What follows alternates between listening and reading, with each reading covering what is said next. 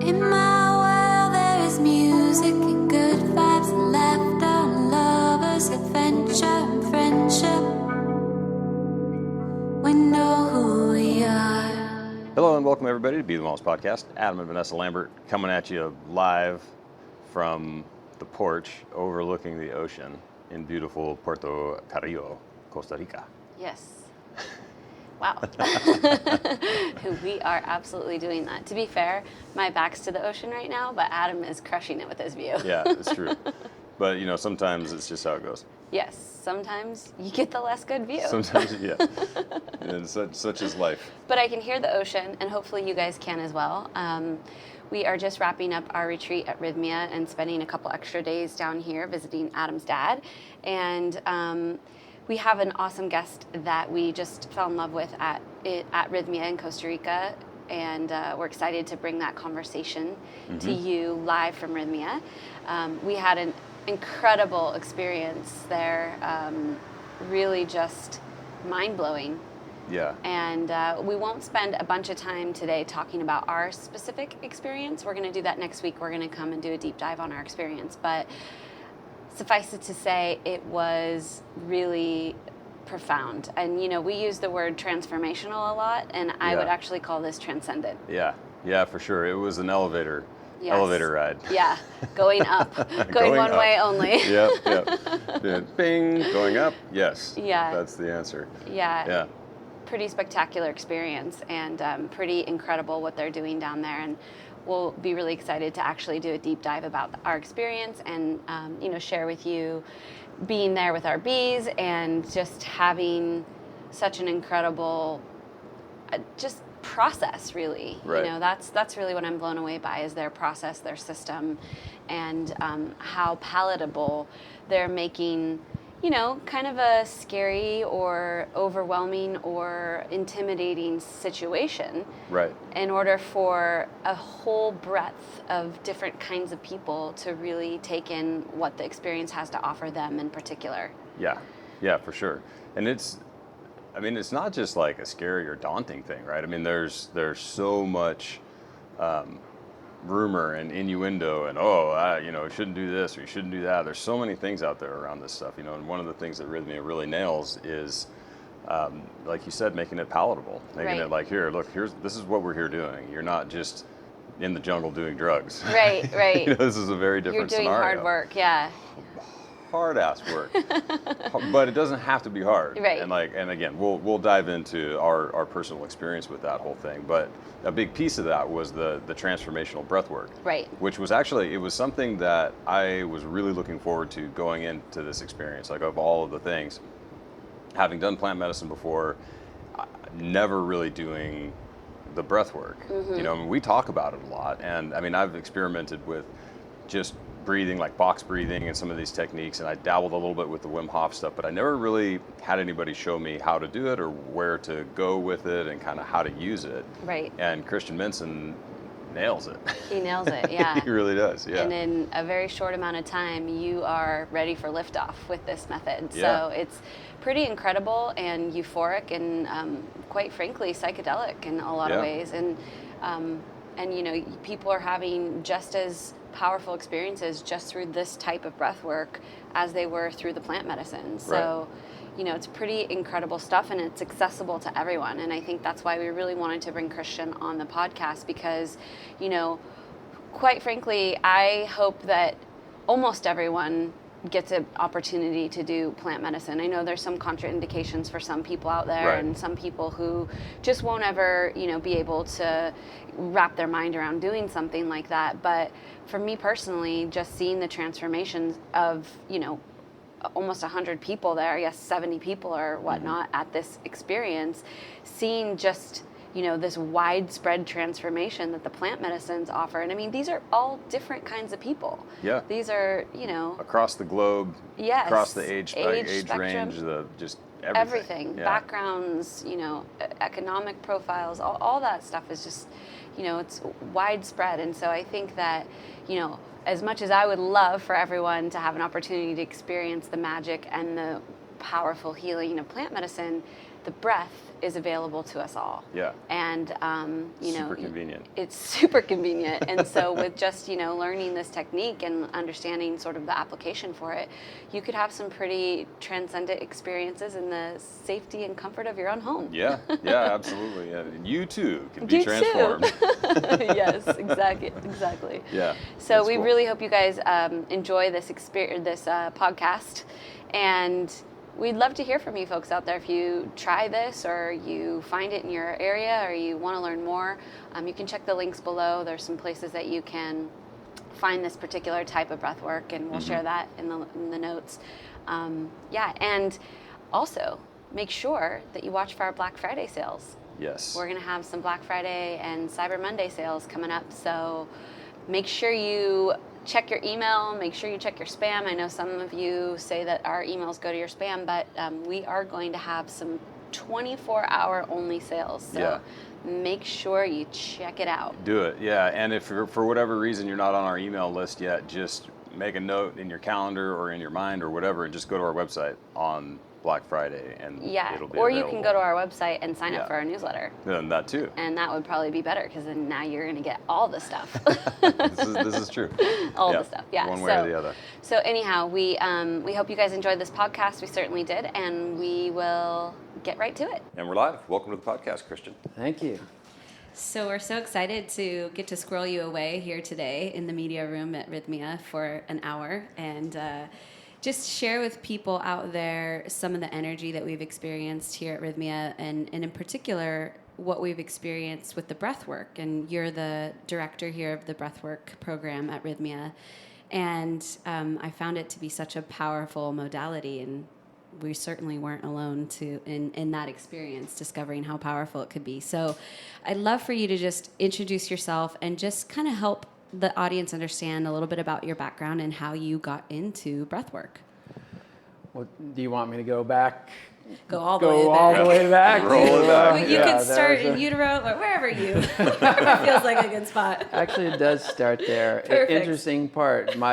Supposedly my mother had a difficult time getting pregnant, and I was the first child, and she prayed that if she would get pregnant, that she would lead the child on a spiritual path. Wow. She'd direct him or her, became a him Yes. to God.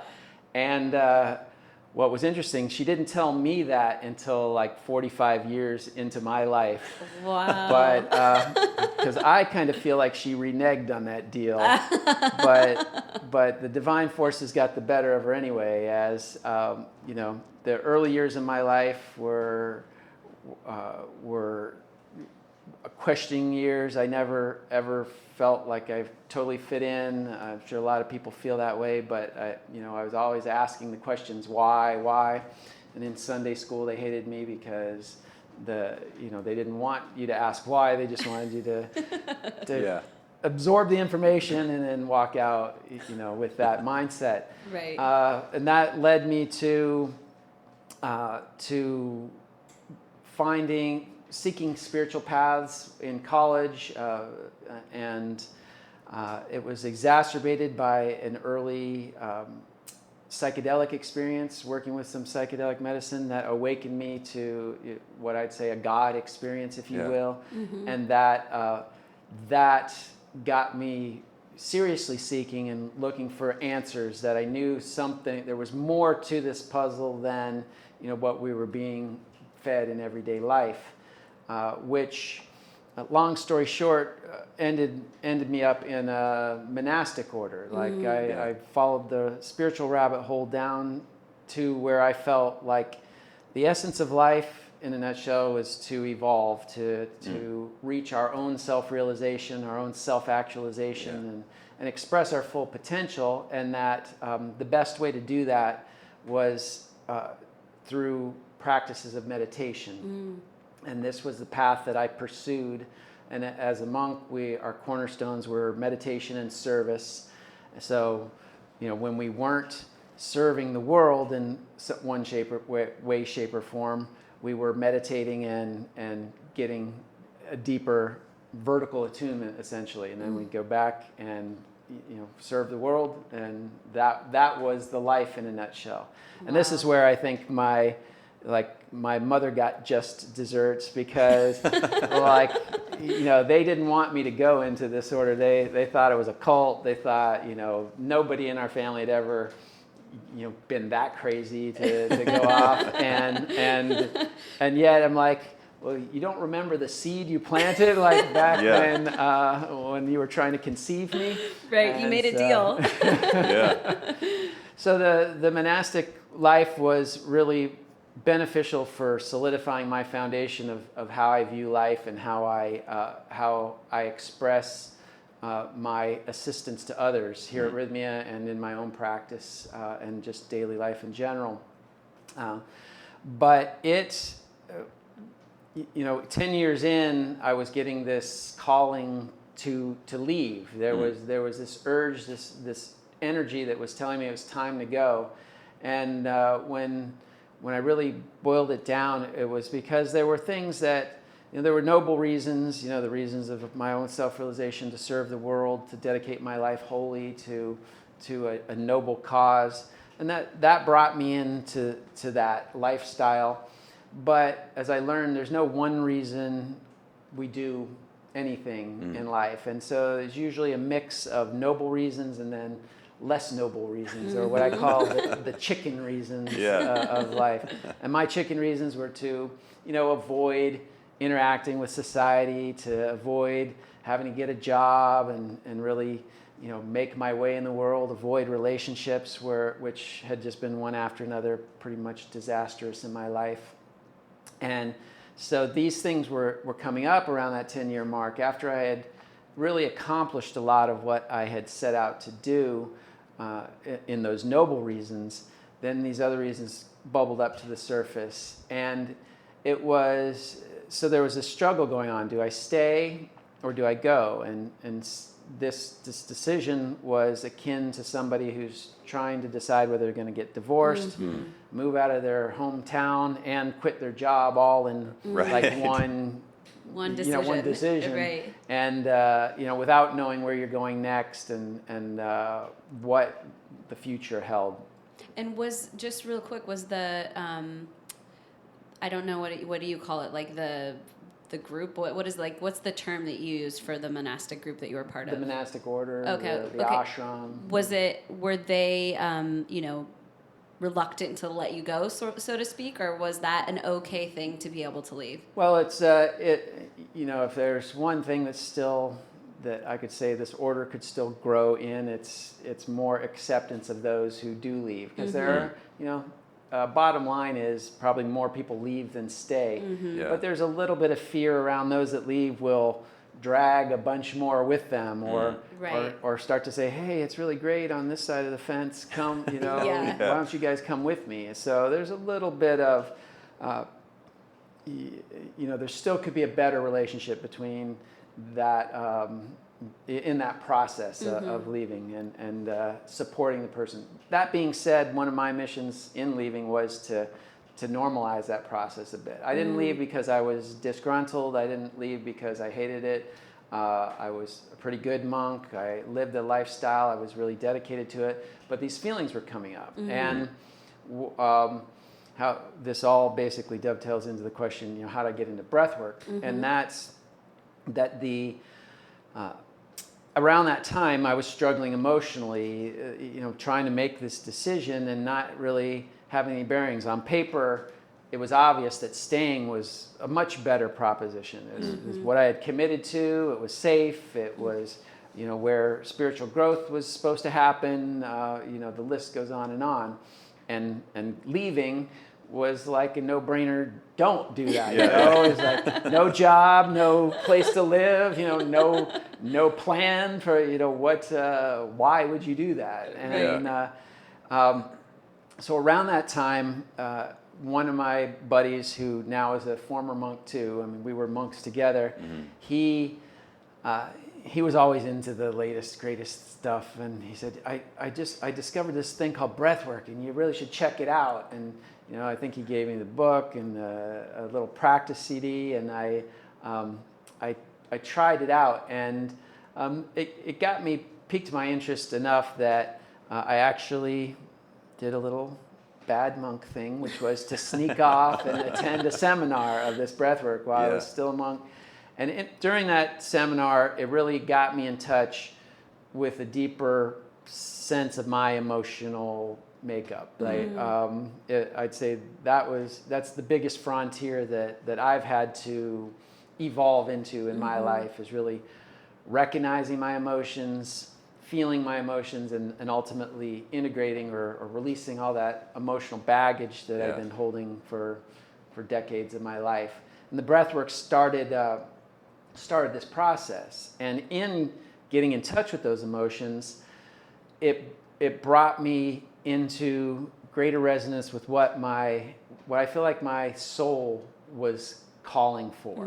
And when I really got in tune with that, excuse me, the soul was asking me to leave, to evolve through facing these things that I had been avoiding. So with that clarity, I went back to the heads of the order, my superiors, and when I can still remember so vividly when I finally vocalized my decision. At that point I'd been waffling back and forth and not really making a decision. When I finally said, I really feel like I have to leave, this literal sense of a weight being lifted off your shoulders. You hear that expression all the time, but this was the first, maybe the only time I ever actually felt that. Like I felt 20 pounds lighter, and just got up and I started skipping down the hall. And I went to the phone booth. At the time we were using still landlines and such. And I made a few calls to people. I called my mom, who consequently that night popped a bottle of champagne with my sister-in-law. He's coming back. That's sweet. Yeah. But so that got me, that gave me the personal experience of what breathwork could do just on an emotional level. And as I studied it more, I found, of course, breathing, learning how to breathe better has multiple physical benefits.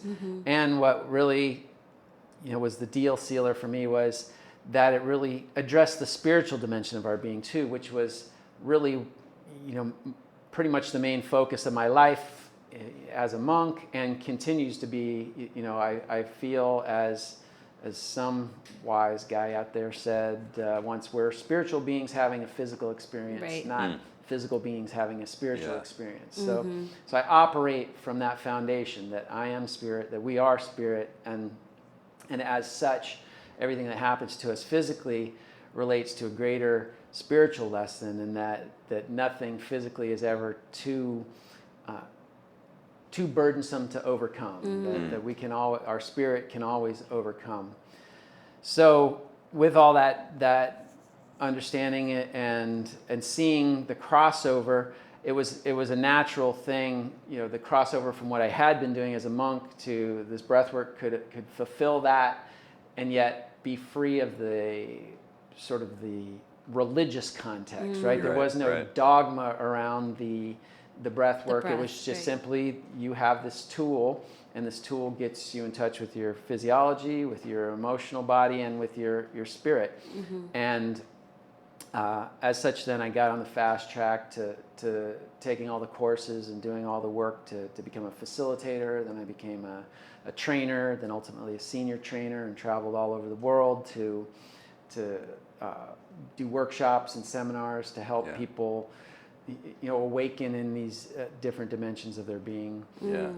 Amazing. Cool. I have so many follow-up questions. I don't know where to begin, but I think I'll start with one of the things that I'm curious about is, you said you had a psychedelic experience early on, and I'm curious what that was and how that differed from the experience then with the breath work that then turned you into the next phase of your life. So I'm wondering if you could kind of compare and contrast those experiences, so to speak. Sure. And in a way, I mentioned that too, because my personal path has come full circle, being here at Rhythmia at this point in time, which is a place of providing a path of plant medicine, which has psychedelic qualities, that it's interesting to me that my path began sort of Right. that way, Right. and yet evolved and then came back Around to to face it. it again. Yeah. And what that was a less than conscious time.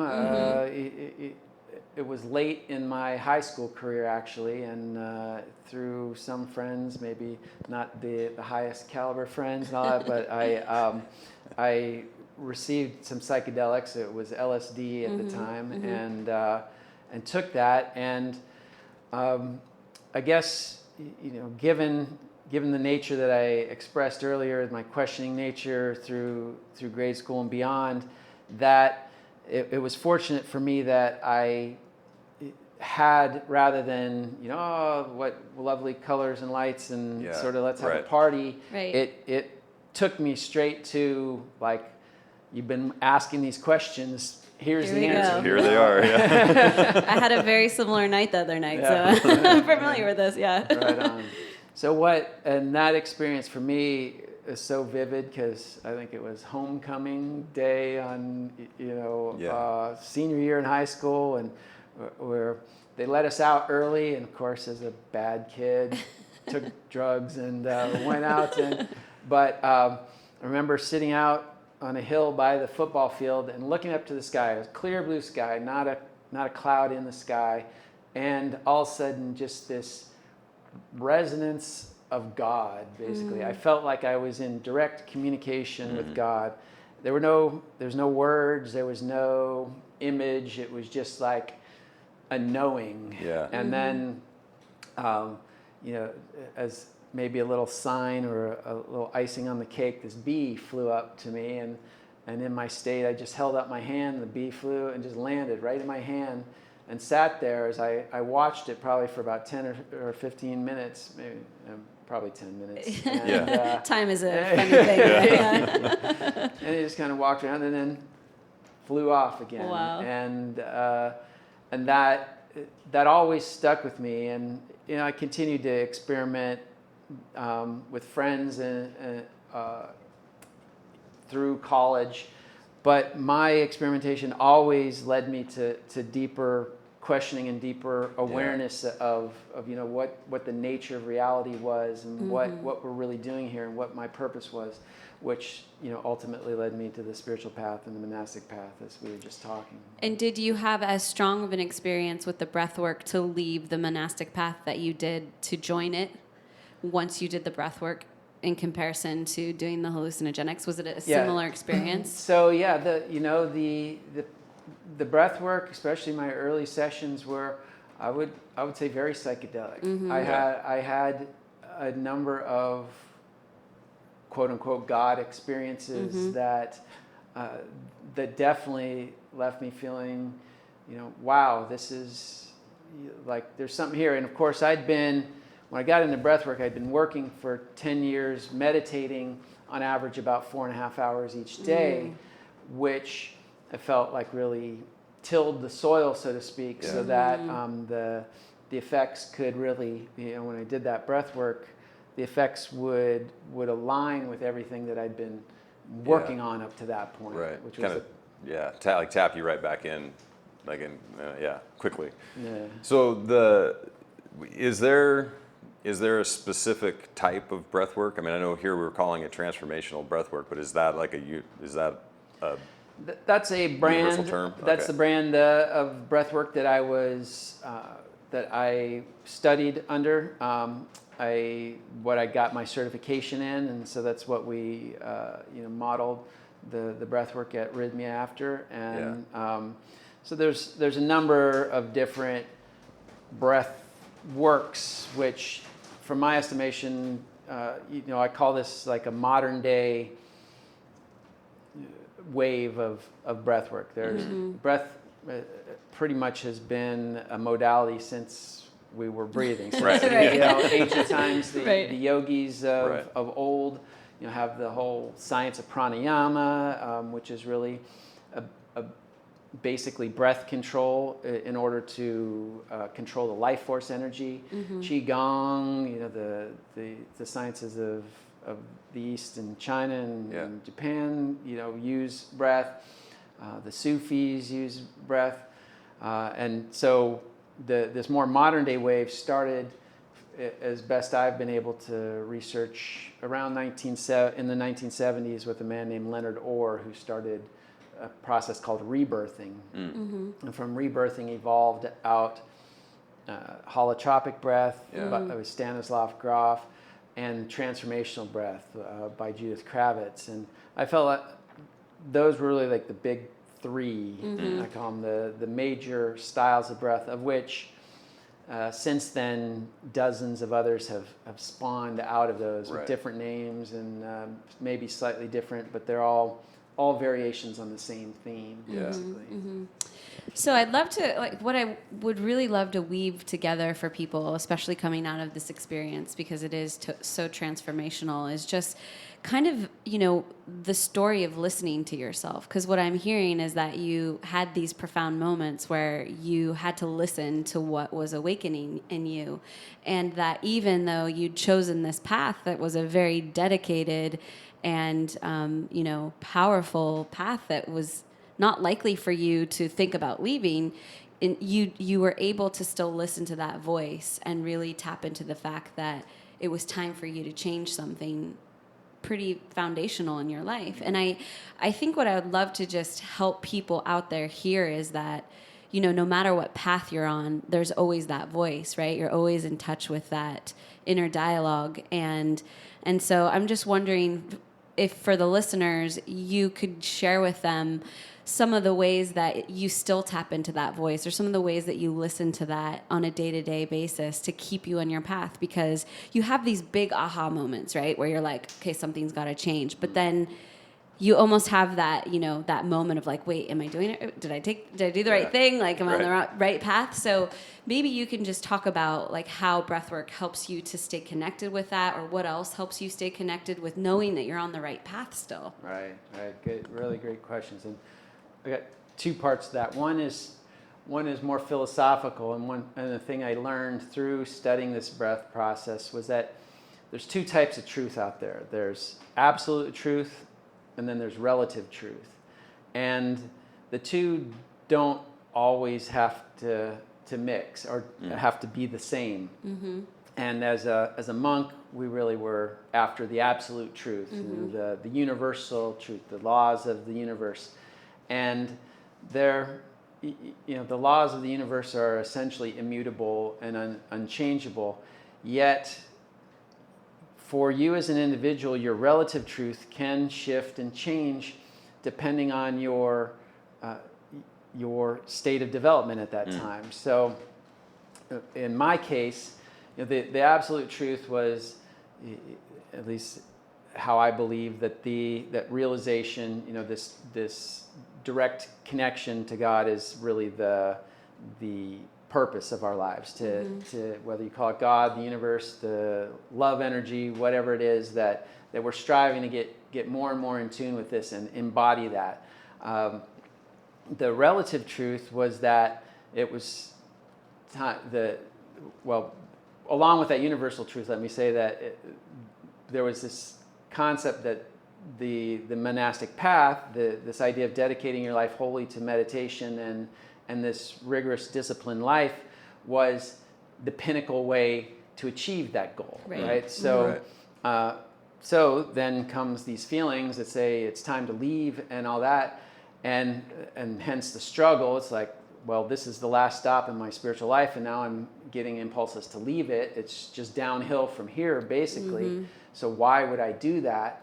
And yet, coming into terms with understanding that relative truth, that there is this sense of relative truth. There is a reason for me as an individual that my evolution was actually better served by exiting this path that was the pinnacle, of life from some perspectives anyway, and to pursue this thing that seemed like I was, just going downhill, but in actuality has helped me to grow and evolve in ways that maybe I wouldn't have if I continued to hide behind the fence and not be and not really engage those things. Yeah. Right. Now, so how breath work really helped is that I feel like the breath work especially is an amplifier of that inner voice. The inner voice is always there, and part of the spiritual path is to tune into that voice. We could say it's the voice of God, it's the voice of your higher self, it's the voice of the universe, voice of the flow. You know, if you can listen to that voice, your life, the voice is speaking to you about how to flow with the natural forces of life rather than continually banging your head against a brick wall in your everyday life. Right. But that voice is very quiet. And that's why we spent a lot of time in meditation. Meditation was about quieting the body, quieting the mind, so that all those, what do you call it, grosser waves or bigger waves of distortion could settle down, and then you could hear the fine wave of the voice. Another way to do it is the breath work. Through the breathing, it's feels like the breath amplifies that voice, as if it put the quiet voice through an amplifier, and now it's 20 decibels louder. And you get through the process, you get intuitive insights. They come to you. They just drop into your head. You get creative inspiration that happens that sends you in a particular direction. And this is what happened to me again. You get this deep sense of knowing, and it reverberates through not only your emotions but your body. And then it's kind of hard to deny that you've heard something. Yeah, no, I love this because it's, I think that you're talking about a specific incidence of, leaving a spiritual path for sort of a different spiritual path. But I feel like everyone does this in life. Everyone usually starts on a path in life and then at some point realizes, oh, I might need to correct this path, or maybe this path isn't suited for me anymore. And I think that, what I love about the breath work is that sometimes meditation is almost too quiet. Like if you're not a still person, or you don't know how to cultivate stillness, turning to meditation to amplify that voice, as you said, would be really difficult for a lot of people, where the breath work is an active way to engage in it. You're actively going in and seeking up to turn the volume up. And I really love that it's so accessible to people, even if you're not someone who is like apt to sit and meditate for 20 minutes. You can actively cultivate this through the breath. Right. And you can feel something happening. Yes. And I think that's like a critical piece for a lot of people, myself included. It's like, is there something going on? Well, there's probably nothing going on if I can't feel it. And you can certainly feel the breath work. You feel it everywhere, And that's one of the liabilities of meditation, because meditation is sort of the marathon route. It's like you got to slog it out day after day, and there's usually not a lot of dramatic difference between your state at the beginning of the session and your state at the end. Ideally there is a difference, and you feel a little bit more calm, a little bit more peaceful, and all that. But with breath work, that it tends to amplify that difference once again, and gives you a sense. And I do have to say, as Westerners, we're pretty much drama junkies. That's and maybe just as humans, we're drama junkies. Where the life is one big drama, but as drama junkies, we look for dramatic things to be our sign that something's happening. Right. So if you see a lot of lights or fireworks or feel heavy tingling, then you think something's happening. But if you just get this deep sense of peace, that it's not really there wasn't any explosions or this or that happening, we tend to discount that and say, hey, that's that's, it didn't work. Right. And then you say, well, what are you feeling? And they're like, oh, I just feel this deep sense of peace. And we'll go, well, how often do you feel that in your normal everyday life? And they're like, well, never. It's like, so, do you connect the dots here? Something is happening. And I would say that the more we get in tune with life in general, the less drama tends to be, and the more just calm and as we say, in the flow life becomes. And there aren't these dramatic signs that something's happening. The sign that something's happening is the ease and grace with which life moves, and your just general sense of happiness, your general sense of peace, your ability to respond rather than react, your ability to communicate when you're feeling something versus being agitated and holding it in. So all these are the true signs that we're making progress. Yeah. Absolutely. Yeah. So from a physiology perspective, like what's actually happening within the breath work? 'Cause I mean, you can feel it in every cell of your body, but it's like, and I've done a little bit of reading. Are you familiar with Wim Hof? Yes. You heard the name, right? Yeah. So Yeah. some incredible studies have been done on what he and his people are able to do with their physiology of changing things and moving things around and climbing Everest in shorts. You know what I mean? So there's clearly some aspect of how you can tap into that. And so maybe you can elaborate a little on what the Well, as far as scientifically, I'm not the best guy to know what I can say we're doing with the breath work is we're imbibing more oxygen, significantly more oxygen, because I have seen through my practice of 12 years and viewing thousands of people in this breath process that by and large, the majority of us come in breathing about 20% of our capacity. Anywhere from 10 to 30% is pretty much the range, which means that, if you consider that oxygen is our number one energy source, right? We run on oxygen. That if you're filling your gas tank up only 30%, right, eventually you're going to run out of gas, and then your car's not going to go. If you fill it up, 100%, you got a lot more fuel, a lot more energy with which to accomplish things. So it's the same thing with our bodies. If we're only breathing 30%, 20% of our capacity, then we run out of steam relatively quickly. But as we learn to breathe more and put more oxygen in our bodies, every cell of our body operates better on oxygen. So if it's a muscle cell, it's stronger, it's more resilient, has greater staying power or endurance. If it's an organ cell, those organs function better, you digest better, you eliminate toxins better. If it's a brain cell, you're thinking clear, you're thinking faster. If it's a sense cell, your senses come to life more. You can sense more subtle nuances, whether it's smell, taste, touch, or seeing. So physiologically, bringing more oxygen into our body is essentially bringing us into more life and it's giving us more life-sustaining energy to accomplish the task that that's required of us to live a life. Yeah, well, that's certainly what it feels like. Yeah. Which then in turn opens up your ability to tap into other dimensions through like your mind and your third eye or whatever, because all of a sudden you just have all of this energy going to your consciousness, and that's what it really feels like. Like you really have just more power to it.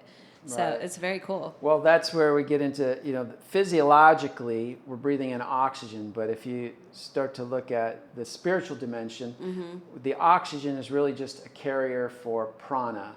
And prana is a Sanskrit term. People who've done yoga know that term as life force energy. So prana is the energy of life, the fundamental unit of life in energetic particle form that has brought us to life, that makes us able to think, to feel, to sense. And as such, when we bring more of that energy into our being, we align our consciousness with the consciousness of that energy. The energy is the energy of creation, so it's imbued with the intelligence of creation. Again, if you will, the intelligence of God. And from a holographic perspective, which means that each piece contains the entirety of the whole. If you, there's the whole, which we'd say is the oneness or God or the universe, but each piece, which is individually each of us, or if we get right down to it, the fundamental unit of life force energy, each piece contains all of the whole. And so as we bring more of that into our physical field, we actually align our consciousness to to that higher frequency of intelligence, and we become more intelligent, so to speak, or we become more aligned with our intuitive nature, our creative nature. And again, that's where the amplified voice is happening. We're aligning with that, and the voice is saying, "All right, now that you're connected with me, listen up. Yeah. I've got some information for you." Right. Well, and it's interesting because, this week of doing plant medicine, one of the things that you hear a lot of the healers and shaman and Jerry all references when you have a question to ask the medicine. If you need clarity on something, or, maybe you had a vision or something came through, but you're not really clear about what it means or how you should act on it. And I'm wondering if you reference breathwork in the same way. So when you're seeking clarity about a decision you want to make, or, whatever's going on in your life, do you use that as a reference or as sort of a counselor, if you will? Right, very much so. And that leads me to, I participated in a book. I wrote a chapter in a book that became a bestseller called Align, Expand, and Succeed, Shifting the Paradigm of Entrepreneurial Success, about merging consciousness and business, basically. And why I bring that up is because my chapter was called Shift Happens, and it was subtitled Inspiration for a Life in Transition, which basically started with the story of my major transition decision, which we just talked about, from do I stay in the monastic order or do I go? And then it ends with a practical tips, actually a step-by-step process of how I use the breath in a slightly modified form from the actual breathing technique we do, but in a way to weigh your options.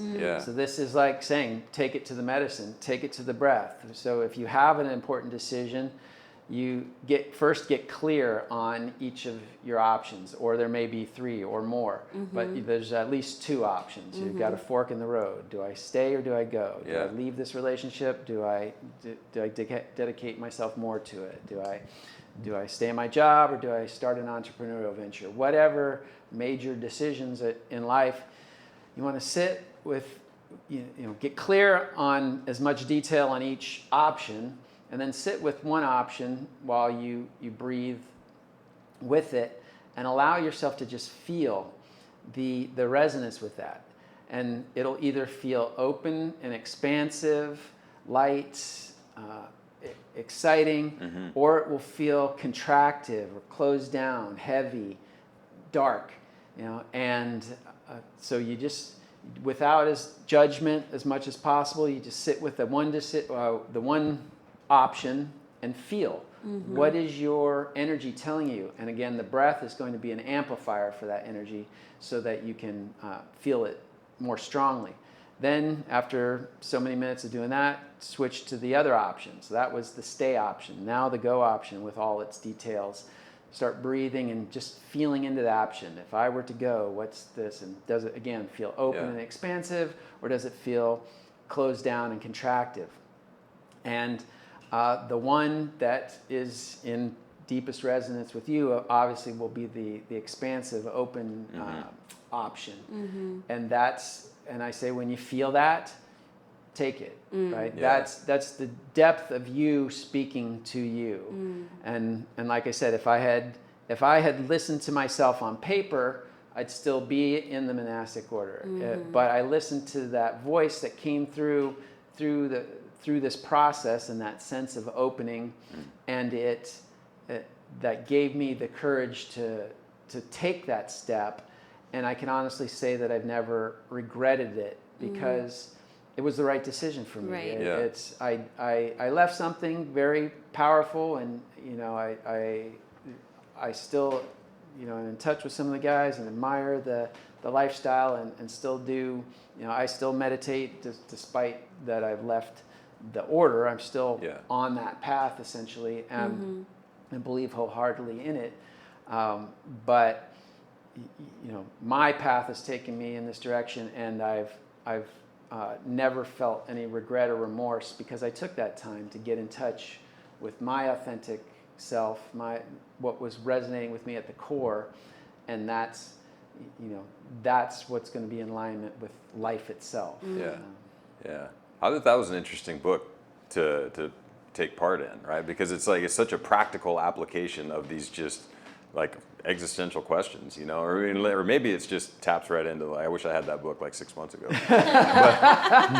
but, you know, because it's really one of those things, having just left a career that there's hundreds of thousands of people that would love to have, and would, like, they think that that's exactly what they want, and being faced with that decision of like, wow, do you give up like the ultimate security, you know what I mean, a state job that is like, it's not going away, they're going to take care of you forever, you know, like, one, you can stay there and then you're going to be good forever, or do you leave to do something that feels fundamentally better on the surface, but like, how do you go through that stuff? And I probably, based on the experiences I had with the breath work here, I probably could have made that decision in like a week instead of 2 years, you know, which is like fundamentally what it took.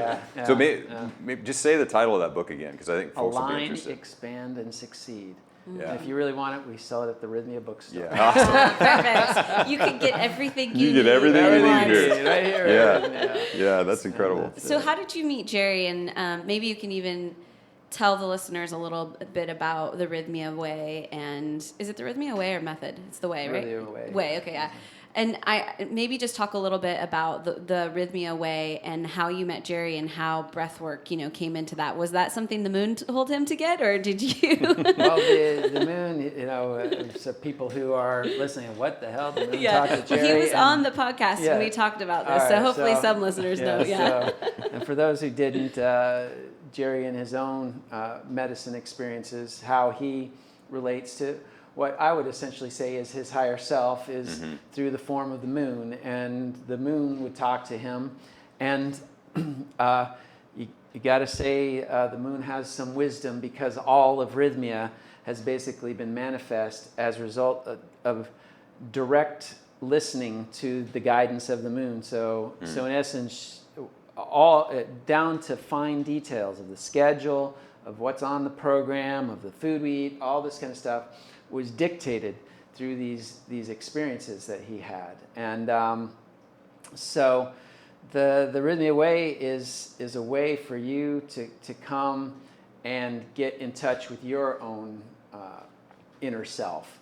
There is really a path of what I'd say, it's an experience of awakening, awakening to a deeper dimension of yourself. We have a triumvirate of intentions that are more or less the collective intentions. People come, of course, with their own specific intentions too, but you know, one of the primary things is show me who I become. So you get a clear sense while you're being here of who you've become in life, and sometimes that's a rude awakening, and sometimes that's actually a good pat on the back. It's like, you know, you've actually really got to give yourself some credit.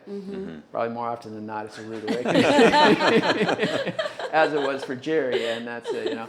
And then merge me with my soul. This is really essentially what we've been talking about throughout the whole podcast, is the sense of merging me with my soul, is a sense of coming back in alignment with your spiritual self, your self-realization or self-actualization, and recognizing that at some point in our life that we actually split, and this is by design, but the details of that you can get if you come here to Rhythmia. Yeah. But it's by design for us to learn things about ourselves and come back together, learn to come back together. And this is very much in alignment, just in different words, with major spiritual philosophies, especially of the East. And then the final is heal my heart, or repair my heart, which most of us have had some kind of emotional damage to our system, or just in the suppression of our emotions, or the traumas that we've experienced in our lives have caused our heart to close down, to calcify, to energetically be not whole. And through this Rhythmia Way, you can gain a new sense of heart wholeness. So that's really, it roughly is the physical, spiritual, and emotional dimensions of our being in those intentions as well. So the way, the process of Rhythmia is to discover these things through a program that uses the 2 shortcuts. And again, these are shortcuts that the moon told Jerry were the shortcuts. And I have to say the moon was pretty intelligent in this, in She's deciphering pretty amazing. this. Yeah. But the 2 shortcuts they told Jerry was plant medicine and breath. Yeah. Now at the time, Jerry had no idea what breath meant. Right. And he thought, well, breath, we got to breathe. Right. We'll Got that take one plant covered, medicine yeah. and we'll breathe. We'll breathe. And that'll be the way. Right. But interestingly, again, another sort of full circle story. I had a client about 10 years ago, early on in my career, an artist named John Mosley, fabulous artist, who came to me for some work and learned how to do the breath work and got some healing. And he liked it enough that he eventually went on to get certified in the breath process. But he's primarily an artist. He'd do breath work for friends or supplemental here and there. So when Rhythmia opened, John got word of it and came down to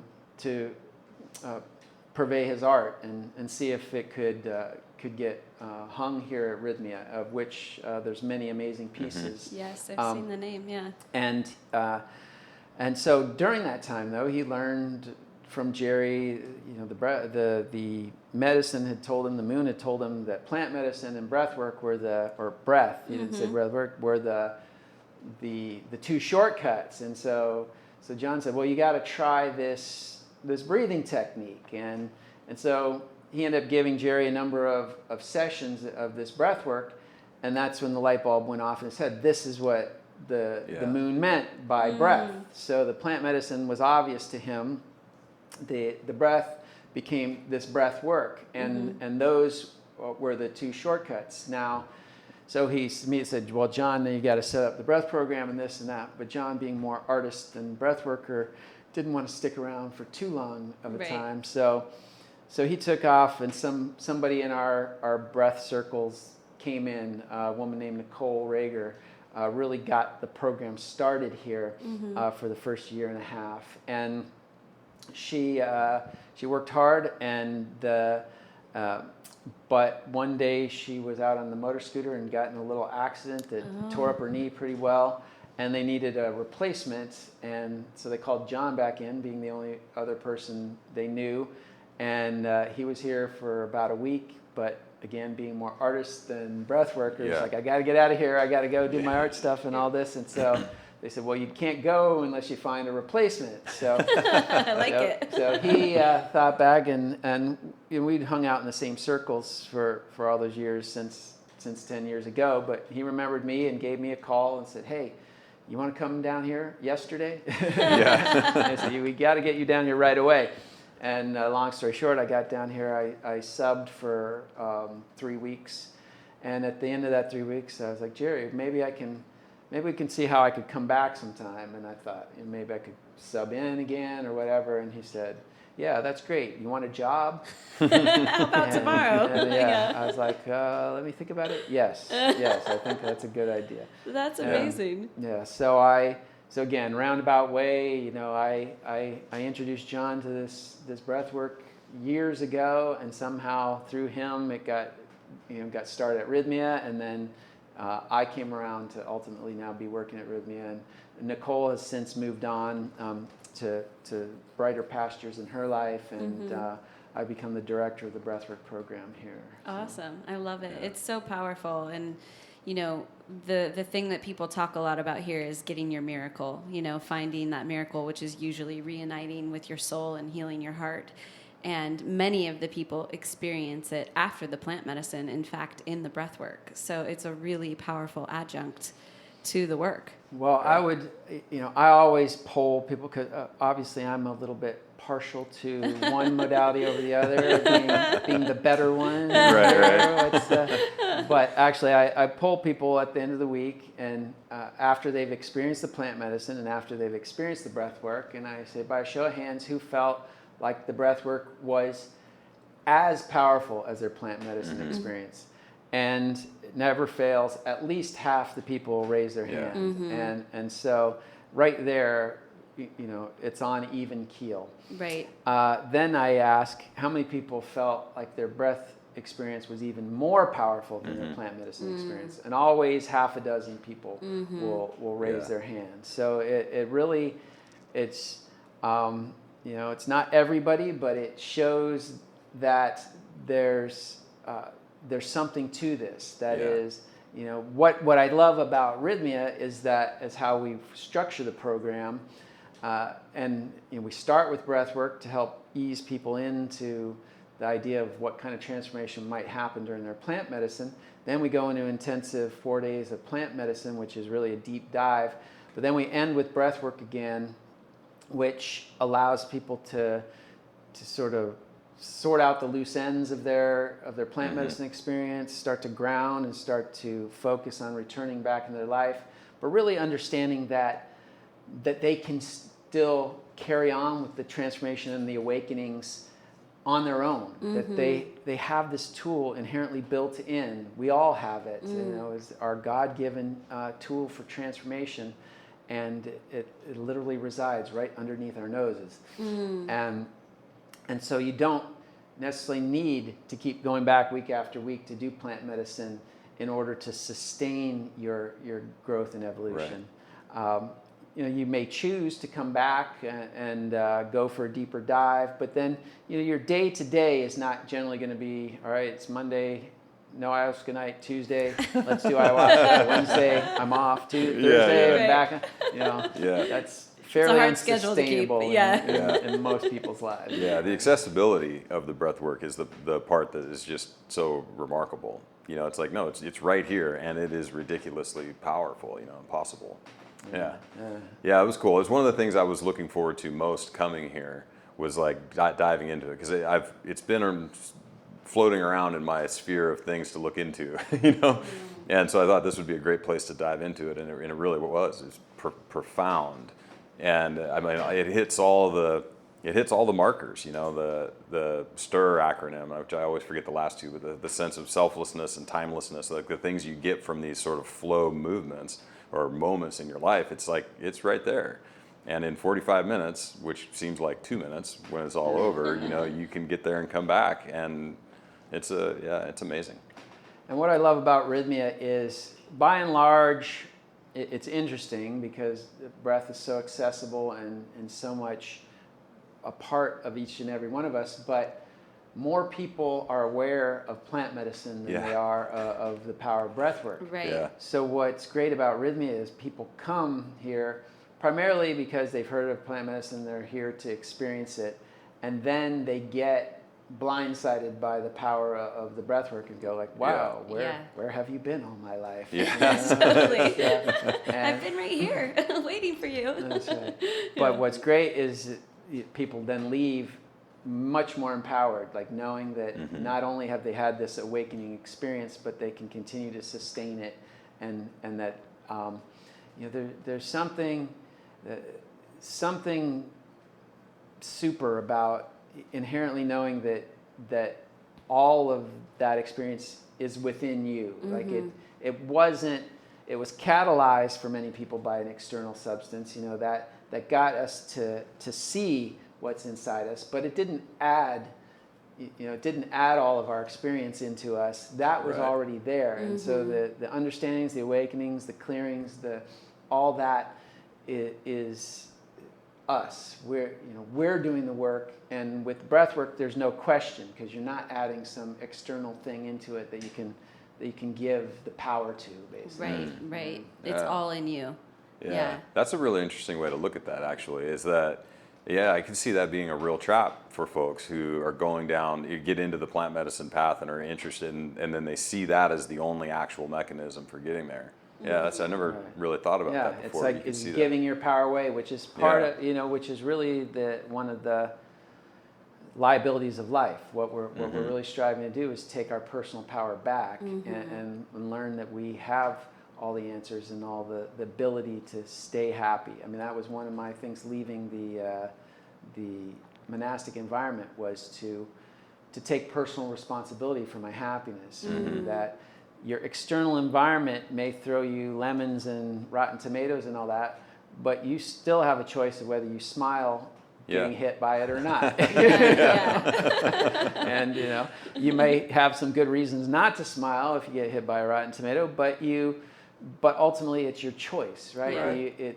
The tomato didn't cause you to be unhappy, though you might try to attribute it to that. You chose to be unhappy in that experience. Right. And these processes get you to start seeing things from that you are all powerful, that you have the choice to live a happy existence or to live a miserable existence. And it really is almost as easy as a flick of a switch. A room could be dark for decades, and then somebody comes in and turns on the light switch, and then the darkness vanishes as though it had never been. It's literally that much of a shift, and it can be that immediate.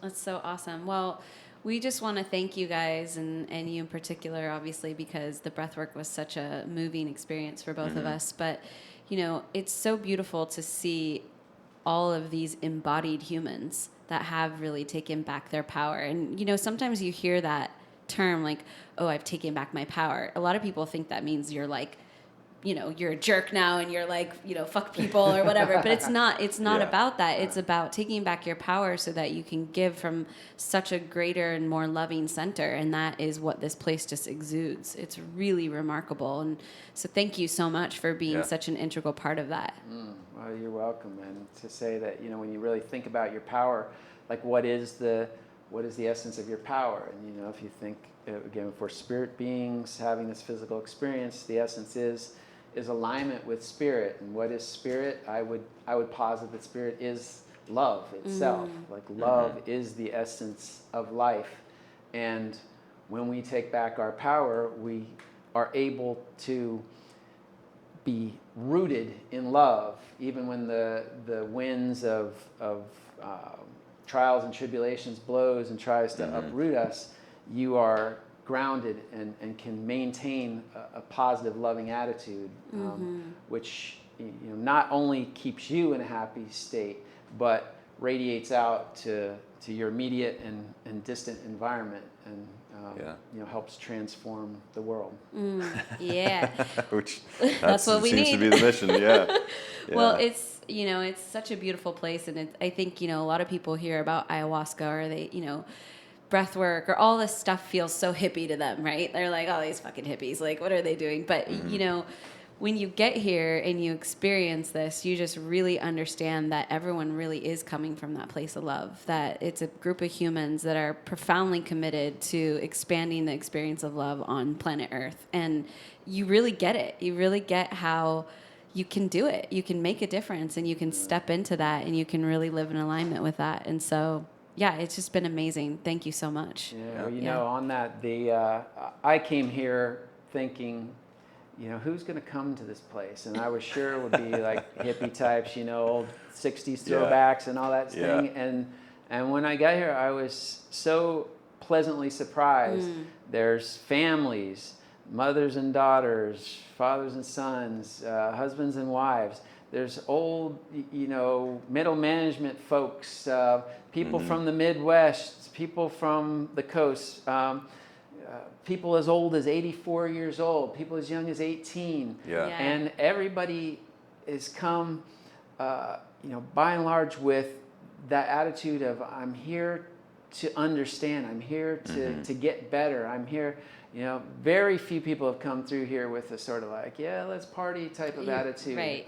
We get one or two every so often, but really the caliber of person that comes through here is amazing. It's incredible. And it's really, it reminds us a lot of the people who gravitate towards our business and our community. And it's a cross section really of the world. It's not any particular type. It's the people who are interested in being loving and sharing, the most profound experience of life. And like you said, it's all walks of life. It's really, really cool. Yeah, it makes for incredible conversations, because you sit down, you find yourself sitting down and talking to people who, when you look at them, you're like, God, I wouldn't have anything in common with this person at all, or at least that's my old story about that kind of stuff. But then you sit down and you start talking, and you're like, this is fascinating. Like, what a fascinating person, you know, and it's been everyone here. Yeah, and I think my favorite is a lovely lady that we met here named Vicky, who the first time, she was here the second time, but the first time she came, she didn't know she was coming to do plant medicine. Her friend invited her, and she showed up and was like, oh yeah, it's a retreat, you know, whatever, but ended up doing the plant medicine, had a totally transformational, transcendent experience actually, and brought friends back. So I thought that was so cool. Well, now when she comes, she doesn't actually do the medicine. Now she doesn't do the medicine. She just sits and holds She space just supports. with the whole thing, which is, it's pretty cool, man. Yeah, it's cool very thing. cool. So tell people where they can learn more about the breath work, and maybe like how they could easily get started. Right. Well, of course, you can learn from the breath work a little bit more on Rythmia's site, rythmia.com, rythmia.com. My website, breathflow.com, breathflow.com. Will give you more information on that. And to get started, you can really start doing just a 5-minute session of breath work, which is the simple process would be a full breath, nice and deep inhale, a free breath, which means to relax, and just on the exhale is just nice and easy, not a forced or not a controlled exhale, and then flow, that the breath is connected and fluid, that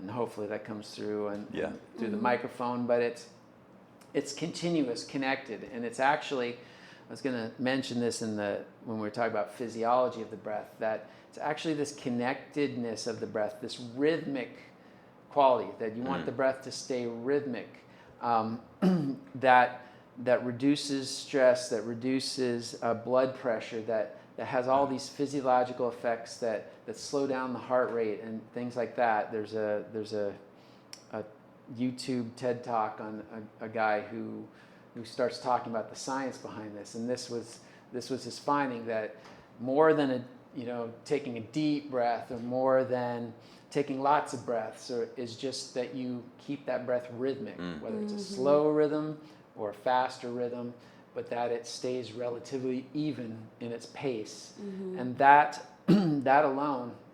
If you just practice that rhythmic quality of breath for 5 minutes, 10 minutes, and do that every day, commit to a time where you can just do that, you'll start to see subtle shifts and changes in your life. Awesome. Yeah, it's right there. And maybe not so subtle changes. Yeah, right. Awesome. Thank you so much for being here and for taking this hour. I know you guys work feverishly here to serve the people, and it's really such acts of service that are going on here. It's amazing. And so thank you for squeezing us in, and we hope to see you next time we're back. It's my pleasure, and I expect you to be back. Yes, we will. Yeah, it's a pretty easy sell, frankly. You know what I mean? Like, you guys, this place is amazing. You take really good care of us. Gosh. It's just, it's so 5 stars hospitable across the for deal. people to just have their first experience, or it's not even our first experience. We've done plant medicine before, but this process was still so transformational for us, and so just I don't know, it's just so powerful. No matter what experiences you've had in the past, this particular way is so incredible. Nice. Yeah. If I can piggyback on that and just say that it's not. One guest was saying, more and more people are making this their regular vacation. And one guest put it well. He said, I could go on a regular vacation and go out and party every night, and lose a lot of sleep. I could drink a lot of cheap alcohol. I could eat a lot of terrible food. And then when I come home, I've got to recover essentially from my vacation. Right. Yeah. Or I could come to Rythmia, where I eat really great vegan food. I have transcendent experiences. It's really healthy, relaxing place to be.